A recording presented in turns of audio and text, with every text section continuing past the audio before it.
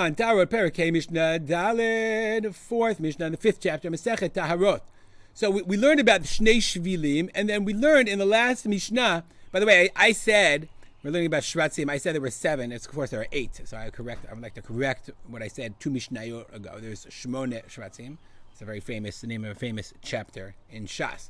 Anyway, so we were talking about the 2 Shvilim, and we talked about if a person walked on one of them and made Taharot. Okay, and then they were eaten, and what happens in that case? So we're going to learn the exact same thing regarding the sheretz and the tzvardeh. Remember, you have the sheretz, the thing is that's tamei deoraita, and you have the frog, and both of them are b'shuta rabim.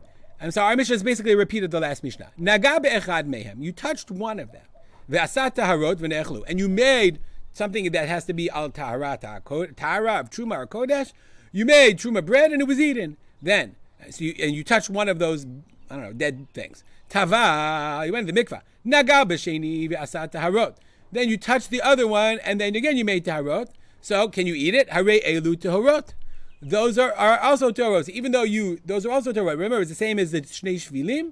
One of them is tamei, but each of them is considered safek tumah b'shuta rabim. And when you made truma, we said they're taharot. But im kayamot rishonot, if you didn't eat the first ones and now they're both here, just like we learned in the case of the shnei shvilim, elu ve'elu, tuluyot, they're both tuluyot. You can't burn them, you can't eat them because one of them is tamei, one of them is tar, so you can't do anything because they're still around.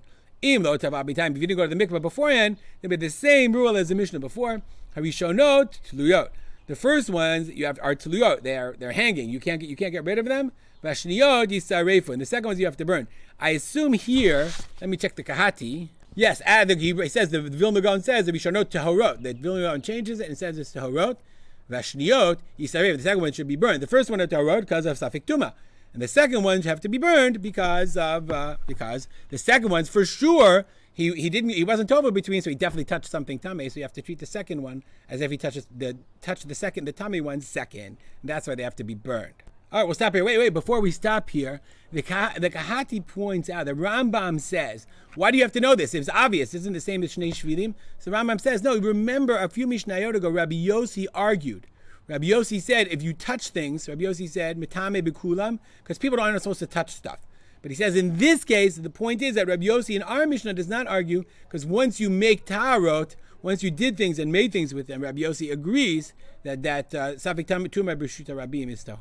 All right, now we'll stop here. Dedicate our learning to memory of my father, Rav Simcha ben Yitzchak Kalman. Make it a great day.